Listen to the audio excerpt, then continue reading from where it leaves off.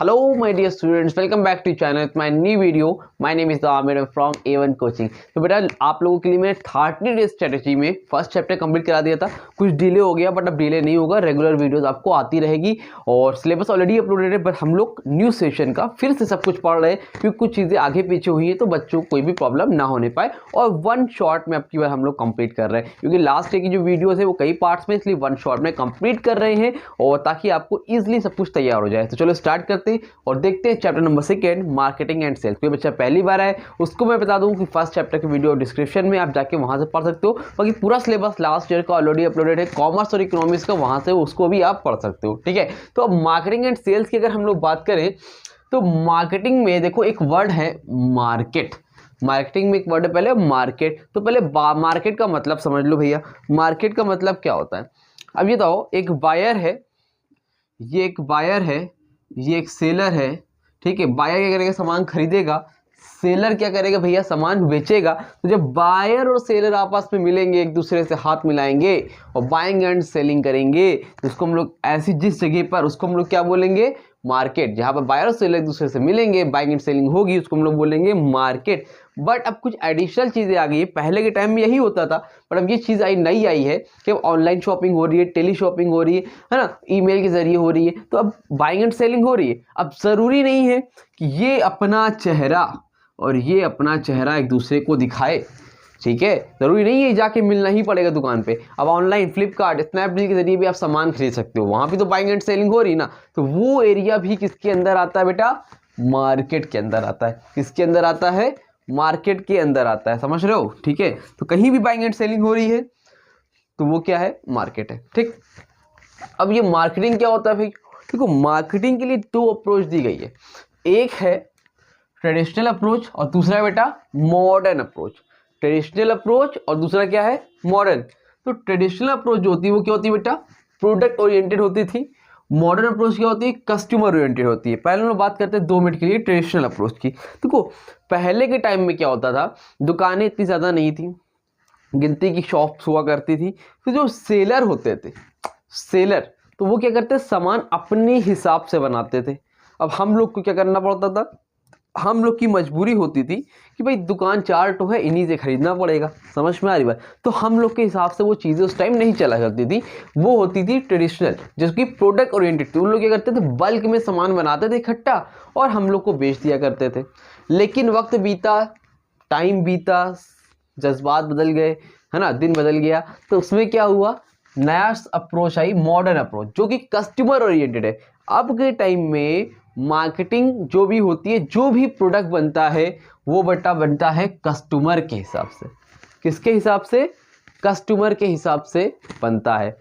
समझ में आ रही बात, क्लियर है। इसको हम लोग बोलते हैं मॉडर्न, यानी कि कस्टमर ओरिएंटेड। क्लियर है, यहाँ तो कोई दिक्कत, कोई परेशानी नहीं है। तो अब मार्केटिंग का मतलब क्या है, देखो ये समझ लो। मार्केटिंग जो कस्टमर ओरिएंटेड है उसमें क्या करते हैं मार्केटिंग हम लोग, मान लो एग्जांपल लेते हैं, ये है आपका कोक, ये है आपकी पेप्सी। कोल्ड ड्रिंक पीते हो कि नहीं पीते हो बताओ भाई। ठीक है, ये है आपका स्प्राइट, ठीक है, ये है आपका माजा और ये है बेटा आपका ताज़ा। पूरा कॉन्सेप्ट क्लियर हो जाएगा, एक बार में देख लो, फिर कैप्टन कुछ बचेगा नहीं, आराम से सब समझ में आ जाएगा। अब मार्केटिंग में हम लोग बात कर रहे हैं मॉडर्न की। ट्रेडिशनल का मतलब पुराना जो सिस्टम चलता था वो बात खत्म। मॉडर्न का मतलब कस्टमर ओरिएंटेड। तो कस्टमर ओरिएंटेड कैसे, तो सबसे पहले क्या होगा, वो मार्केट में कई दुकानें हैं, मतलब पेप्सी कोल्ड ड्रिंक मिलती है, कोक है, पेप्सी है, स्प्राइट है, माजा है। ठीक है, अब एक नया आ गया है ताज़ा। पिए हो कभी ताज़ा, नहीं पिए होगे, तो माजा पिए होगे, स्प्राइट पिए होगे, लेकिन ताज़ा नहीं पिए। तो अब मैंने ये लॉन्च किया है ताज़ा। अब तुम लोग दुकान में आओगे, ताज़ा तो खरीदोगे ही नहीं, कहोगे माजा चाहिए, स्प्राइट चाहिए, कोई बोलेगा भी तो कहोगे नहीं खरीदेंगे। तो जब मैं ये मार्केट में ताज़ा लाऊंगा ना, तो पहले देखूंगा कि कस्टमर को क्या नीड है, कस्टमर को इसमें क्या प्रॉब्लम समझ में आती है, कस्टमर को क्या दिक्कतें हैं, कि महंगा है, किसकी साइज़ कम है, ऐसा क्या करें कि हमारी कोल्ड ड्रिंक लोगों से अलग लगे। समझ में आ रही हो कि नहीं आ रही है, तो पहले सर्वे करेंगे, पहले जानेंगे भैया किसमें क्या दिक्कत है। सर्वे कर लिया, अब सर्वे जब कर लेंगे तो फिर इसकी एडवर्टीजमेंट करेंगे। अब सलमान खान से कराएंगे, शाहरुख खान से कराएंगे, अक्षय कुमार से कराएंगे, कि किससे ऐड कराएं। तो ये सारी चीज़ें सोचेंगे। तो ये सारी की सारी प्लानिंग किसके अंदर आती है? आपकी मार्केटिंग के अंदर आती है। सामान को बनाने से पहले, सर्वे से लेकर सामान को बेचने तक, उसके फीडबैक लेने तक, जब तक कस्टमर सेटिस्फाई ना हो जाए, ये सारी की सारी चीज़ें किस में आती है? मार्केटिंग का पार्ट होती है। क्लियर हो रही बात? समझ में आ रही है? ठीक है। तो अब मैं चाहूँ तो तुमको याद करा देता, काम खत्म हो जाता, लेकिन ये को पता होना चाहिए है क्या मार्केटिंग। ठीक है, अब देखो elements of modern concept of marketing. तो मार्केटिंग मतलब समझ गए? मार्केटिंग मतलब होता है पहले सर्वे करेंगे, फिर उसकी एडवर्टीजमेंट करेंगे, लोगों को डिस्ट्रीब्यूट करेंगे, नई नई टेक्निक अपनाएंगे ताकि कस्टमर सेटिस्फाई हो जाए, कस्टमर तक हमारा सामान कैसे पहुंचेगा, ये सारी चीज़ें करेंगे। वो सब की सारी चीज़ें किस में आती है? मार्केटिंग के अंदर ही आती है। समझ में आ गई बात? अब elements of modern concept of marketing, 4 elements हैं इंपॉर्टेंट, 4 तत्व। Number 1 target market. पहला एलिमेंट है टारगेट मार्केट। भाई आप जो सामान बना रहे हो किसके लिए बना रहे हो? देखो हर तरह के लोग हैं हमारे कंट्री में, गरीब भी हैं, मतलब मिडिल क्लास भी हैं, अपर क्लास भी हैं, लोअर क्लास भी है ना। तो हर तरह के स्कूल हैं, हर तरह के रेस्टोरेंट है, यहाँ पे आपको 100 रुपए के खाने से लेके आपको 10,000 तक का खाना मिलता है। तो आप कौन सा बनाना चाहते हो? आप लोअर क्लास के लिए बिजनेस ओपन कर रहे हो, मिडिल क्लास के लिए, किसके लिए? तो आप टारगेट मार्केट डिसाइड करो कि आप भैया किसके लिए, कौन सी मार्केट टारगेट कर रहे हो। ठीक है, कपड़े 200 वाले बेचना चाहते हो, 2000 वाले बेचना चाहते हो, 20,000 वाले बेचना चाहते हो, इट्स डिपेंड ऑन यू। समझ पाई बात? Number 2 customer satisfaction. दूसरा पार्ट है बेटा, मार्केट को टारगेट कर लिया, अब कस्टमर को सेटिस्फाई करना है। किसी भी तरह कस्टमर को सामान बेच के बेवकूफ नहीं बनाना है, उनको सेटिस्फाई करना है। Number 3 integrated marketing. एक लोग का काम नहीं है मार्केटिंग, ठीक है, उसमें कई फंक्शंस इन्वॉल्व होते हैं। ठीक है, जब वो सारे फंक्शन सही से काम होंगे तब होगा इंटीग्रेटेड मार्केटिंग। Number 4 profitability.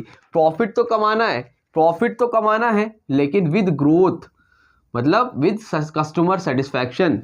खाली प्रॉफिट कमा के खुश नहीं होना है, कस्टमर को पहले सेटिस्फाई करेंगे, उसके बाद ही प्रॉफिट मिले। समझ में आई बात? अब प्रॉफिट आज कमा लिया मैंने और कस्टमर सेटिस्फाई नहीं हुआ, कल को मेरी दुकान में वापस नहीं आएगा। समझ में? लेकिन आज सेटिस्फाई हो गया तो कल को वो वापस जरूर आएगा और 4 लोग को जाकर बताएगा भी। तो अगर आज आपको ये चैप्टर समझ में आ गया तो उम्मीद करता हूँ आप लोग भी जाके अपने 4 लोग को, क्लासमेट को, अपने जितने भी, इनको जरूर से बताओगे। तो अगर वीडियो अच्छी लग रही तो वीडियो को लाइक कर दो, अब चैनल को सब्सक्राइब कर लो पहली बार आए हो, और अपने ज़्यादा से ज़्यादा दोस्तों को शेयर कर दो, क्लासमेट को शेयर करो, क्योंकि आईसीएससी की कंटेंट बहुत ही कम है और उनकी भी हेल्प हो जाएगी और मुझे भी थोड़ा सा मोटिवेशन मिलेगा कि हाँ भाई लोग देख रहे हैं। ठीक है, आगे चलते हैं। तो आगे बात करते हैं कैरेक्टरिस्टिक्स ऑफ मार्केटिंग की, किसकी कैरेक्टरिस्टिक्स क्या क्या होती हैं बेटा। तो कैरेक्टरिस्टिक्स समझते हो, फीचर्स क्या क्या होते हैं मार्केटिंग के। तो पहला फीचर्स है marketing is an integrated process. मैंने पहले ही बताया कि एक आदमी काम नहीं, कई लोग, कई डिपार्टमेंट होते हैं, जब वो सारे अच्छे से एग्जीक्यूट होते हैं तब जाके कस्टमर सेटिस्फाई होता है। एक बंदे का काम मार्केटिंग का नहीं होता है। नंबर 2, तो ढेर सारे हैं, कोई भी 5 अच्छे से याद कर लेना, नोट डिस्क्रिप्शन में आपको मिल जाएगा, और टेलीग्राम चैनल ज्वाइन करो, वहां पर भी इंपॉर्टेंट क्वेश्चंस में अपलोड करता रहूंगा। Number 2 marketing is customer oriented. Customer oriented का मतलब क्या है? मार्केटिंग कस्टमर ओरिएंटेड है, जो भी प्रोडक्ट बनता है with totally depends on customer. ठीक है, जो भी कस्टमर की चॉइस होगी उसी के हिसाब से बनेगा। ठीक है। Number 3 marketing is a system. Marketing एक सिस्टम है, मतलब कस्टमर को क्या चाहिए, प्रोडक्ट लाना, फिर उसको बनाना, फिर उससे आउटपुट लेना, मतलब एक टोटल पूरा सिस्टम है। ठीक है, तो मार्केटिंग क्या होता है? एक सिस्टम होता है। Number 4 marketing the part of total environment. Marketing किसका पार्ट है? एनवायरनमेंट का भाई साहब पार्ट है, मतलब एनवायरनमेंट चेंज होगा, मार्केटिंग भी चेंज होगी, हमेशा उसी तरीके से आप नहीं करोगे। समझ रहे हो? तो मार्केटिंग मतलब जैसे अभी मान लो थम्स अप का ऐड सलमान खान करते थे, आजकल बुमराह कर रहे हैं। बुमराह को जानते हो ना, बूम बूम बुमराह, क्रिकेट वाले। तो चेंज होता रहता है, लोग की डिमांड चेंज होती है, उस हिसाब से लोग उस तरह के लोगों को लेके आते हैं, यंगस्टर को लेके आते हैं। समझ में आ रही बात? जहां पर आगे क्या है, अब देखो पढ़ाई लिखाई की बात होगी तो वहां पर थोड़ा सा लॉजिकल आदमी लाया जाएगा, जहां पर थोड़ा सा पहाड़ पे चलने की बात होगी तो वहां ऋतिक रोशन को लाया जाएगा। तो डिपेंड करता है वहां पे ना किस तरह की नीड है, तो वो टोटल एनवायरनमेंट का पार्ट है। Number 5 marketing is creative. Marketing creative होती है, हर आदमी अपने अपने हिसाब से नई नई टेक्निक चीजें लाता है ताकि कस्टमर अट्रैक्ट हो और कस्टमर उस प्रोडक्ट को खरीदे। Number 6 marketing is goal oriented. Marketing का एक पर्पस होता है। क्या पर्पस होता है? कस्टमर को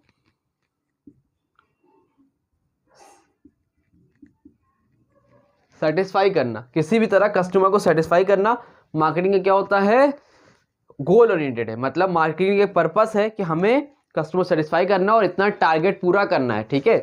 number 7, marketing an art as well as science, marketing art भी है साइंस भी है। ऐसे क्वेश्चन कभी भी है जिसमें सिंपल लिख के करो। कुछ पार्ट ऐसे हैं जो मार्केटिंग क्या होती है, आर्ट होती है, आर्ट मतलब प्रैक्टिकल चीज़ें होती है, मार्केटिंग में भी प्रैक्टिकल चीज़ें होती हैं। साइंस मतलब साइंटिफिक प्रिंसिपल्स होते हैं, और मार्केटिंग में भी कुछ प्रिंसिपल्स होते हैं जो हम लोग फॉलो करते हैं। तो marketing is an art as well as science, समझ में आ रही बात। Number 8, marketing is wider than market, marketing wide, market से वाइडर टर्म है, मतलब मार्केट एक छोटा सा पार्ट जहाँ पे बाइंग एंड सेलिंग होती है, बट मार्केटिंग क्या है, मार्केटिंग में खाली बाइंग एंड सेलिंग नहीं होती है, कस्टमर को सामान बेचने बनाने से पहले लेकर सामान बेचने के बाद तक का सारा पार्ट मार्केटिंग के अंदर आता है। तो मार्केटिंग मार्केट से एक बहुत बड़ा टर्म होता है। क्लियर हुआ, समझ में आया कि नहीं? उम्मीद करता हूँ यहाँ तक अच्छे से समझ में आ गया। तो अब बात करते हैं हम लोग ऑब्जेक्टिव्स की, कि ऑब्जेक्टिव्स क्या क्या होते हैं मार्केटिंग के। ऑब्जेक्टिव्स का मतलब तो समझते हो ना बेटा, ऑब्जेक्टिव्स मतलब क्या होता है, मकसद, हमारा क्या एम है, मार्केटिंग हम लोग क्यों कर रहे हैं। तो नंबर 1 है क्रिएशन ऑफ डिमांड, डिमांड को क्रिएट करना। सबके नोट्स आपको मिल जाएंगे, ठीक है, डिस्क्रिप्शन में, तो उसको जितना आप लिखवाया उतना ही करके चले जाना, फुल मार्क्स मिलेगा। लास्ट ईयर 100 ऑफ 100 वाले बहुत से बच्चों की भीड़ लगी थी, अब की बार आप लोग को लेके आना है, ठीक है। तो number 1 creation of demand, demand को क्रिएट करना। भाई कोई वैसे प्रोडक्ट खरीदने नहीं आएगा, आपने ताज़ा बनाया कोई नहीं लेगा, कुछ ऐसा करो कि डिमांड हो और लोग खरीदने आए। एडवर्टीजमेंट करो या एक के साथ एक फ्री कर दो, कुछ भी ऐसा करो कि लोग डिमांड क्रिएट हो। ये ऑब्जेक्टिव होता है मार्केटिंग का, डिमांड को क्रिएट करना। नंबर 2 कस्टमर को सेटिस्फाई करना भी एक और किसका एम होता है, ऑब्जेक्टिव होता है मार्केटिंग। मार्केटिंग इसलिए की ही जाती है कि कस्टमर क्या हो, सेटिस्फाई हो और दोबारा बार बार हमारी शॉप में आए। नंबर 3 मार्केट शेयर, मार्केट में अपने शेयर को बढ़ाने के लिए, जैसे मान लो जियो है, वोडा है ना, और एयरटेल है, बीएसएनएल है। 100% कस्टमर है, 100 में मान लो जियो के 20 हैं, वोडा के 30 हैं, एयरटेल के 15 हैं, 30 भी 50, 65 और 35 के हैं। कोई ओरिजिनल डेटा नहीं है ये, बस समझाने के लिए 35 के हैं। तो अब इतने हैं, तो जियो चाहता है कि हमारे ज़्यादा शेयर हो, 20 की जगह 70 हो, 80 हो। बीएसएनएल चाहता है सब मेरा ही हो जाए, ये चाहता है मेरे ही हो जाए। सब क्या चाहते हैं, ज़्यादा से ज़्यादा कस्टमर किसके हो, मेरे हो। तो मार्केट शेयर कौन ज़्यादा चाहता है भाई, मार्केटिंग इसलिए की जाती है कि हमारा ज़्यादा शेयर हो जाए, लोग हमारे कस्टमर ज़्यादा हो, ठीक। नंबर 4 प्रॉफिटेबिलिटी एंड ग्रोथ, तो ग्रोथ तो हो, प्रॉफिटेबिलिटी तो हो और साथ में ग्रोथ भी हो, लेकिन कस्टमर को सेटिस्फाई करके। नंबर 5 गुडविल, गुडविल मतलब एक तरह से रेपुटेशन, मार्केट में आपकी रेपुटेशन अच्छी हो। कैसे अच्छी होगी भाई साहब, अच्छी तब होगी जब आपका ऑब्जेक्टिव, मार्केटिंग अच्छे से करोगे, मार्केटिंग चीज़ करोगे तो मार्केट में नाम होगा, और जब नाम अच्छा होगा तो टाटा बिरला की तरह आपकी भी इमेज अच्छी हो जाएगी, ठीक है। चल number 6 standard of living, marketing का पार्ट ये भी होता है स्टैंडर्ड ऑफ लिविंग को अच्छा करना। भाई मार्केटिंग जब करते हैं तो जो प्रोडक्ट होते हैं वो भी अच्छी क्वालिटी के ही होते हैं, तो कस्टमर को जो प्रोडक्ट मिलते हैं वो अच्छी क्वालिटी के मिलते हैं, तो स्टैंडर्ड ऑफ लिविंग भी हमारा क्या हो जाता है, अच्छा हो जाता है, ठीक। आगे आते हैं बेटा difference between marketing and sales, तो उम्मीद करता हूँ यहाँ तक अच्छे समझ में आ गया होगा। अब देखो डिफरेंस आ रहा होगा, difference between marketing and sales, ये क्वेश्चन पेपर में आएगा आपका, 100% आएगा, नोट कर लो, इसको याद कर जाना, 5 पॉइंट याद करके आना। शॉर्ट में आया तो 2, लॉन्ग में आया तो 5, इंपॉर्टेंट टॉपिक है बहुत ज़्यादा। अब देखो स्क्रीन पे आ रहा होगा। तो नंबर 1 मार्केटिंग एंड सेलिंग में क्या डिफरेंस है। पहला है मीनिंग में identifying and satisfying want, marketing का पर्पस क्या होता है, आइडेंटिफाई करना और वांट्स को सेटिस्फाई करना कस्टमर की। सेलिंग का मतलब क्या होता है, एक्सचेंजिंग गुड्स फॉर मनी, सामान को बेचो पैसा कमाने के लिए, बस इतना ही पर्पस है, ठीक है। गुड्स को बेचना है, कस्टमर फंस जाए, बेवकूफ़ बनाओ, ठीक। Number 2 objective ensuring growth and stability of the firm, long term goals, इनका ऑब्जेक्टिव क्या है, लॉन्ग टर्म गोल्स के लिए। लेकिन सेल का पर्पस क्या होता है बेटा, short term goal, short term मतलब कम टाइम में मतलब प्रॉफिट कमाओ बस, लेकिन इनका पर्पस क्या है, कस्टमर भी तो सेटिस्फाई करना है। नंबर 3 ओरिएंटेशन, मार्केटिंग क्या होती है बेटा, कस्टमर ओरिएंटेड होती है, कस्टमर के हिसाब से होती है, लेकिन सेलिंग क्या है, प्रोडक्शन ओरिएंटेड है, प्रोडक्शन समझो सामान बनाने के हिसाब से, बस सामान बनाना है और बेचना है, that's it. Number 4 scope, marketing का स्कोप है वाइड एर in scope including selling, wider scope है, लेकिन ये क्या है, narrow in scope part of marketing, selling भी मार्केटिंग का ही पार्ट होता है। नंबर 5 बिगिनिंग एंड एंड, देखो मार्केटिंग शुरू होती है प्रोडक्शन से पहले बताया सर्विस स्टार्ट होती है, और एंड होती है कस्टमर के फीडबैक लेने के बाद। लेकिन ये कब होती है? Begins after production and at with sale, मतलब सामान को बेच दिया, उसका एंड हो गया, बात खत्म। Number 6, focus external on customers need. इसमें क्या होता है? मार्केटिंग में फोकस होता है कस्टमर की नीड पे, लेकिन ये होता है इंटरनल यानी कि सेलर्स की नीड पे, हम अपनी नीड पे फॉलो करते हैं। ये डिफरेंस है, 6 बताया है मैंने, आपकी बुक में 11 दिया है। जो आपको अच्छा लगे वो 5 याद कर सकते हो, कोई रोकना टोकना नहीं है, जो अच्छा लगे याद करो, लेकिन याद जरूर से कर लेना भाई साहब, बहुत इंपॉर्टेंट है, ठीक है। आगे बढ़ते हैं, आगे है meaning of product and meaning of services. अब ये प्रोडक्ट क्या होता है, सर्विस क्या होता है, ध्यान से समझो। प्रोडक्ट का मतलब समझते हो ना, जिसकी टेंजिबिलिटी हो, टेंजिबल हो, टच कर सके, छू सके, इसकी शेप साइज आकार हो, उसको हम लोग क्या बोलते हैं? प्रोडक्ट, ठीक है। कमोडिटी, ये मार्कर क्या है? प्रोडक्ट। ये बोर्ड क्या है? प्रोडक्ट। समझ रहे हो? ये सारी चीज़ें क्या है? मोबाइल जिसमें कैमरा देख रहे हो, क्या है? प्रोडक्ट। तो ऐसी चीज़ को छू सकते हैं, टच कर सकते हैं, उसको हम लोग क्या बोलते हैं? प्रोडक्ट। अब सर्विसेज क्या होती है? जिसको छू नहीं सकते, टच नहीं कर सकते, बस हम लोग वी कैन ओनली फील, सिर्फ क्या कर सकते हैं? फील कर सकते हैं, उसको हम लोग क्या बोलते हैं? सर्विसेज। क्लियर हुआ? समझ पे आया? तो प्रोडक्ट का मतलब, सर्विसेज का मतलब समझ गए कि नहीं समझे? उम्मीद है समझ गए। अब इसमें एक टॉपिक है आगे, difference between product and services. ये भी बहुत इंपॉर्टेंट टॉपिक है, ठीक है। तो ये दोनों में से तो आना ही आना है कोई ना कोई एक, क्योंकि जितने भी डिफरेंस वाले क्वेश्चन थे बहुत इंपॉर्टेंट है। 4 फायदा होता है, एक तो डिफरेंस याद हो गया, मार्केटिंग की मीनिंग, सेल्स की मीनिंग याद हो गई, प्रोडक्ट की मीनिंग, सर्विस की मीनिंग याद हो गई। तो जरूर से इस तरह से पढ़ के जाओ, ठीक है। अब देखो आ रहा होगा फिर से, नंबर 1, ये क्या होते हैं? टेंजिबिलिटी में फुली टेंजिबल है, छू सकते हो। ये क्या? इनटेंजिबल में है physical evidence, can not be touch, इसको हम लोग टच नहीं कर सकते सर्विस को, लेकिन प्रोडक्ट को टच कर सकते हैं। नंबर 2, फुली सेपरेबल होता है, रिमोट ट्रांजेक्शन आर पॉसिबल। ये क्या है? नॉट सेपरेबल है, अलग नहीं हो सकता है, लेकिन वो अलग हो सकता है। Number 3, can be measure and control, product को हम लोग मेजर कर सकते हैं, कंट्रोल कर सकते हैं, लेकिन सर्विसेज को मेजर नहीं कर सकते। मेजर करो, कितना समझ में आया? 10%, 5%, कैसे मेजर करोगे? बता सकते हो? नहीं। Number 4, can be store, product को स्टोर कर सकते हैं गोडाउन में, सर्विस को स्टोर थोड़ी कर सकते हो। तुमको लगता है कि 1 महीने बाद बीमार हो गए, क्या अभी से स्टोर करके रख लोगे? नहीं। प्रोडक्ट सेंसिटिव टाइम, प्रोडक्ट क्या है? कि low sensitive. Soap can be brought in advance of need, मतलब लो सेंसिटिव होता है सोप, जैसे एग्जांपल है, उसको हम लोग एडवांस में रख सकते हैं, लेकिन हाईली सेंसिटिव उसको हम लोग डॉक्टर को पहले से नहीं रख सकते, वही चीज़ बोल रहा है। Number 6, risk, product can be replace, product को हम लोग रिप्लेस कर सकते हैं, लेकिन सर्विसेज को रिप्लेस नहीं कर सकते हैं। यही सब है, बच्चों वाली चीज़ है। समझ में आ रही बात? तो उम्मीद करता हूँ समझ में आ गया होगा इसका डिफरेंस। फीचर्स आपके इसमें है नहीं सिलेबस के पार्ट। आगे आपका है मीनिंग ऑफ प्राइसिंग और ऑब्जेक्टिव्स ऑफ प्राइसिंग। तो प्राइसिंग का मतलब समझते हो क्या होता है? यहाँ तक समझ गए? नहीं समझे? समझ में आया? आसान है ना, कोई दिक्कत तो है नहीं। चलो, ये दोनों क्वेश्चन मोस्ट इंपॉर्टेंट है इस चैप्टर में, ठीक है। पढ़ना सब है, लेकिन इसको ध्यान से पढ़ना। अब इतना पढ़ने के बाद आगे आपका टॉपिक है मीनिंग ऑफ प्राइसिंग और ऑब्जेक्टिव ऑफ प्राइसिंग। प्राइसिंग का मतलब क्या होता है? प्राइसिंग मतलब होता है जिसमें सेलर आपको सामान बेचता है, उसको हम लोग क्या बोलते हैं? प्राइस। ये मार्कर है 25 रुपये का, इसी को हम लोग क्या बोलेंगे? प्राइस।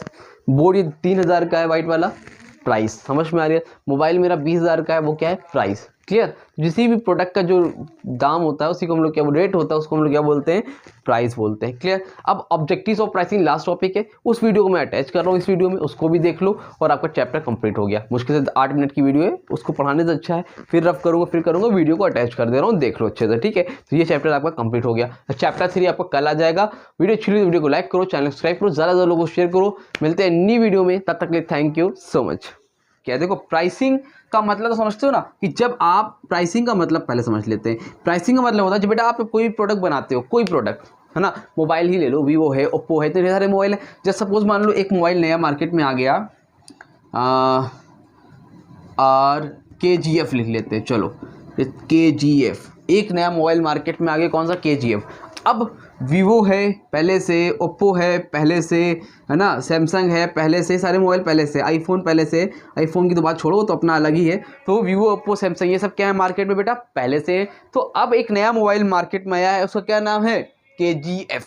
अब KGF आया है तो उसका हमें क्या करना पड़ेगा? प्राइस सेट करना पड़ेगा कि कस्टमर उसको कितने रुपए में खरीदेगा।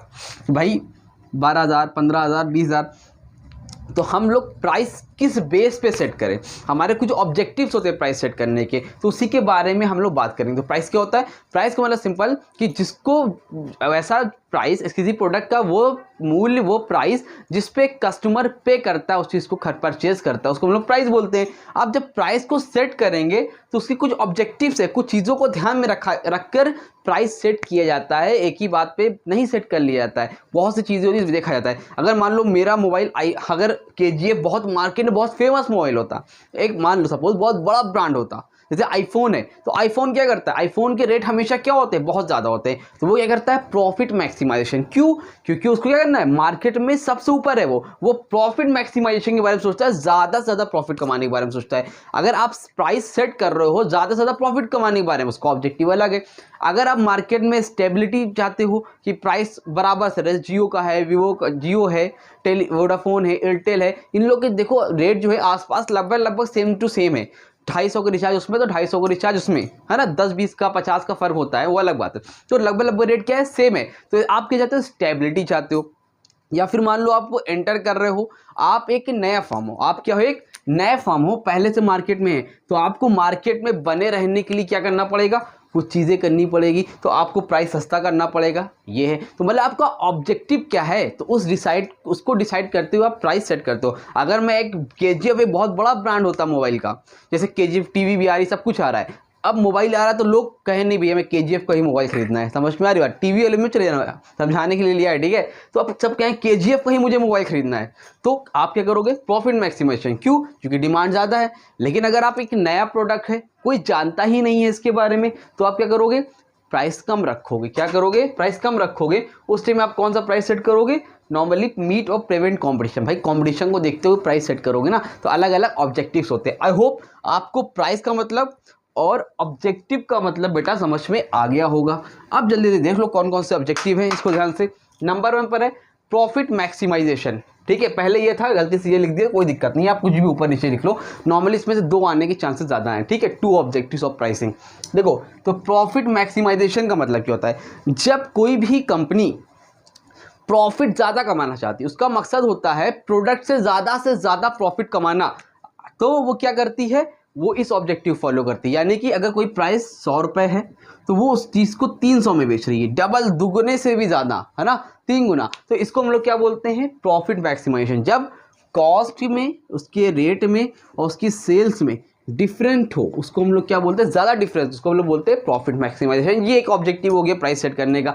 अगर कंपनी स्टेबिलिटी चाहती है, भाई आप प्राइस बढ़ा रहे हो तो दूसरा प्राइस बढ़ाएगा, आप प्राइस कम कर रहे हो तो दूसरा प्राइस कम करेगा, तो दोनों जितनी भी कम आसपास की जो भी कंपनी है उसमें क्या रहेगा? हमेशा डिस्टर्बेंस बना रहेगा। सपोज मान लो कार की इंडस्ट्री है, टाटा वाले ऐसा कर रहे हैं, तो दूसरे वाले कंपनी जो है मारुति वाले और प्राइस घटा बढ़ा रहे हैं, तो बराबर उसमें कॉम्पिटिशन क्या रहेगा? लगा रहेगा। तो आपस में क्या होता है? लिव एंड लेट का मतलब सुनो, जियो और जीने दो। तो इन लोग क्या करते हैं? ऐसा प्राइस सेट कर लेते हैं कि जो आपस में एक फर्म करता है उसी हिसाब से दूसरे लोग भी सेट कर लेते हैं। अगर जियो ने बोला आज से रिचार्ज 100 रुपये का, तो अगला भी बोलेगा चल भाई हम भी 110 का कर लेते हैं। समझ में आ रही बात? यहाँ पर क्या होता है? Price stability. तो सब अपने हिसाब से स्टेबल रखते हैं, ना उनका ज़्यादा ना हमारा कम, जिसको जिसका कंपनी अच्छा लगे जाके ले लो, ये सबसे बेस्ट है, ठीक। Number 3, target rate of return. Target rate of return क्या होता है ऑब्जेक्टिव्स ऑफ प्राइसिंग में? जैसे आपने कोई प्रोडक्ट बना लिया, उसमें पहले ही आप डिसाइड कर लेते हो कि हाँ मैंने इतना 1 लाख का सामान बनाया है, तो मैं इतने हिसाब से बेचूंगा, मान लो 100 रुपये के हिसाब से बेचूंगा, और जितने भी यूनिट वगैरह होगी सैंपल देख लेना है बुक में, तो इतना मुझे रिटर्न में वापस आ जाएगा। मतलब आपने 1 लाख का बनाया, तो आपने सोच लिया कि हाँ मुझे 1.5 लाख रुपए रिटर्न में चाहना है, कितने रुपए का पर यूनिट बेचना है, ये सारी चीज़ें। मतलब आप प्रोडक्ट बनाते वक्त ही डिसाइड कर लोगे कि टारगेट रेट ऑफ रिटर्न, मुझे कितना रिटर्न में पैसा वापस चाहिए, ठीक। नंबर 4, मीट और प्रिवेंट कंपटीशन। मीट और प्रिवेंट कंपटीशन मतलब क्या है? भाई आप कोई नई फार्म हो, नई कंपनी हो, और मार्केट में ऐसी जगह पे एंटर करो जहाँ पर कंपटीशन बहुत ज़्यादा है। मोबाइल में देख लो, वीवो, ओप्पो, MI सब छाए हुए हैं। अब आप एक नया मोबाइल लेके जा रहे हो उस पर छाने के लिए, इतनी ईजिली नहीं छा पाओगे। अगर आपको मार्केट में बनना है, आपको उनकी नज़र में आना है, तो आपको अपने प्राइस कम करने पड़ेंगे या कुछ नया करना पड़ेगा, जैसे हमारे जियो ने किया था, है ना, याद है। तो मीट और प्रिवेंट कॉम्पिटिशन में बनना है तो आपको प्राइस वगैरह कम करने पड़ेंगे। जियो ने कम कर दिए थे, याद है, तो लोग कॉम्पिटिशन कस्टमर बन गए थे। तो ये सारी चीज़ें होती है, तो लोग, लेकिन आप लॉन्ग टर्म तक प्राइस को कम नहीं कर सकते। जैसे जियो ने किया तो था 6 महीना 3 महीना फ्री किया था, बाद में वो पैसे लेने लगे ना, तो वही बोलते हैं मीट और प्रिवेंट कॉम्पिटिशन। तो आपको कॉम्पिटिशन बने रहने के लिए कभी कभी नए फर्म को जो होते हैं नॉर्मली प्राइस कम करना पड़ता है। ठीक बेटा, मीट और prevent competition. Number 5 market share. Market share का मतलब क्या होता है? मार्केट शेयर, अगर आप प्राइस इस चीज़ को डिसाइड में करके कर रहे हो कि हमें मार्केट को कैप्चर करना है। ठीक है, मार्केट को कैप्चर करने का मतलब क्या है? मान लो पेप्सी जो आती है 20 रुपए की छोटी वाली, कोक जो आता है छोटा वाला 20 रुपए का, लेकिन एप्पी फिज जो आती है वो मान लो 10 रुपए की नॉर्मली, है ना। तो बहुत से लोग होते हैं 10 रुपए वाली बोतल चाहते हैं, तो इन्होंने क्या किया, हमारी भी प्राइस ज़्यादा है लेकिन हम कम करके बेच रहे हैं। क्यों? क्योंकि हमें ज़्यादा से ज़्यादा लोग को कोल्ड ड्रिंक लोग जो पीते हैं वो एप्पी फिज पिए, ना कि पेप्सी और कोक पे ज़्यादा ध्यान दें। समझ में आ रही बात? समझाने के लिए बता रहा हूँ। तो ये आपका एक टारगेट होता है। समझ में आ रही बात? कि जैसे बहुत से कोचिंग हो गए, बहुत से बिजनेस होते हैं, है ना। तो अब मान लो कोचिंग में, कहीं कोचिंग की फीस आप लोग पढ़ने जाते हो ऑफलाइन, वहाँ पर मान लो सपोज 2000 रुपये, कहीं पर हो सकता है 3000 रुपये। अगले ने बोला चलो 700 रुपये, हम 700 रुपये लेंगे। तो उसने 700 रुपये क्यों किया? समझ में आ रही बात? एक तो नॉर्मल लोगों का होता है कि भाई मुझे मतलब लोगों के पर्पज से सोचना है, वो अलग बात हो गई, ठीक है, सस्ता है। लेकिन दूसरा उन्होंने 700 इसलिए किया मार्केट को कैप्चर करने के लिए। भाई ये दोनों पढ़ते थे, इन्होंने कहा चलो जी हम 700 वाले में पढ़ेंगे, हम 2000 वाले यहाँ पे 2000 खर्च कर रहे हैं, तो हम 3000 खर्च कर रहे हैं, हम 700 में पढ़ाई करेंगे। समझ में आ रही बात? तो ज़्यादा से ज़्यादा लोग यहाँ पे आने लगे। तो जब ज़्यादा शेयर कैप्चर करना होता है तो लोग कौन सा ऑब्जेक्टिव प्राइस फॉलो करते हैं? मार्केट शेयर को करते हैं। ठीक है, क्लियर है? समझ में आया बेटा कि नहीं आया? इसका नोट्स मैंने अपलोड कर रखा है, नोट्स जाके देख लेना। आई थिंक आपको समझ में आ गया होगा।